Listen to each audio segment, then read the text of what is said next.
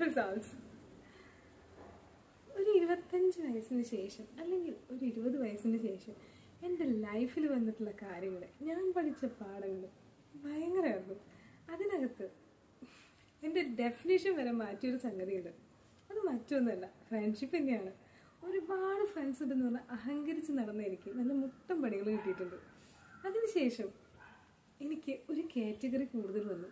അത് മറ്റൊന്നുമല്ല, അക്വൈൻറ്റൻസ്, പരിചയക്കാർ. ആ ലെവലിലേക്ക് ഒരുപാട് പേരെ ഞാൻ മാറ്റി. പണ്ടൊക്കെ കാണുന്ന എല്ലാവരും, സംസാരിക്കുന്ന എല്ലാവരും, എന്തിന് എപ്പോഴെങ്കിലും പരിചയപ്പെട്ട ആൾ പോലും ആരെങ്കിലും ചോദിച്ചു കഴിഞ്ഞാൽ ഓ എനിക്കറിയാം എൻ്റെ ഫ്രണ്ടാണ് എന്ന് ഞാൻ പറയായിരുന്നു.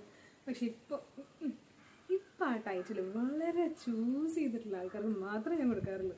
അതെന്തുകൊണ്ടാണെന്ന് വെച്ചാൽ ഞാൻ പറഞ്ഞില്ലേ, നല്ല മുട്ടം പണി കിട്ടിയിട്ടുണ്ട്. അങ്ങനെ അല്ലാത്ത ആൾക്കാരുണ്ട് എന്ന് ഞാൻ അറിഞ്ഞു.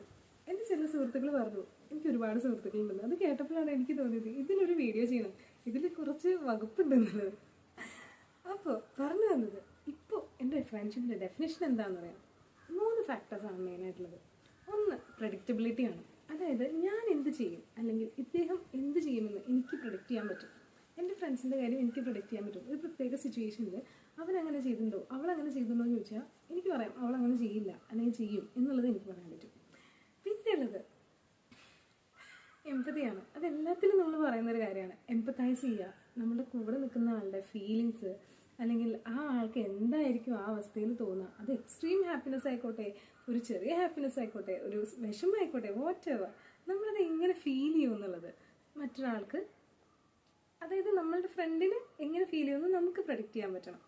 പിന്നെ ഉള്ളത് ഒബ്വിയസ്ലി ബോണ്ടിങ് ആണ്. ബോണ്ടിങ് എന്ന് പറയുമ്പോൾ നമ്മൾ കെമിസ്ട്രിയിലൊക്കെ പഠിച്ചിട്ടില്ലേ, അതുപോലെ.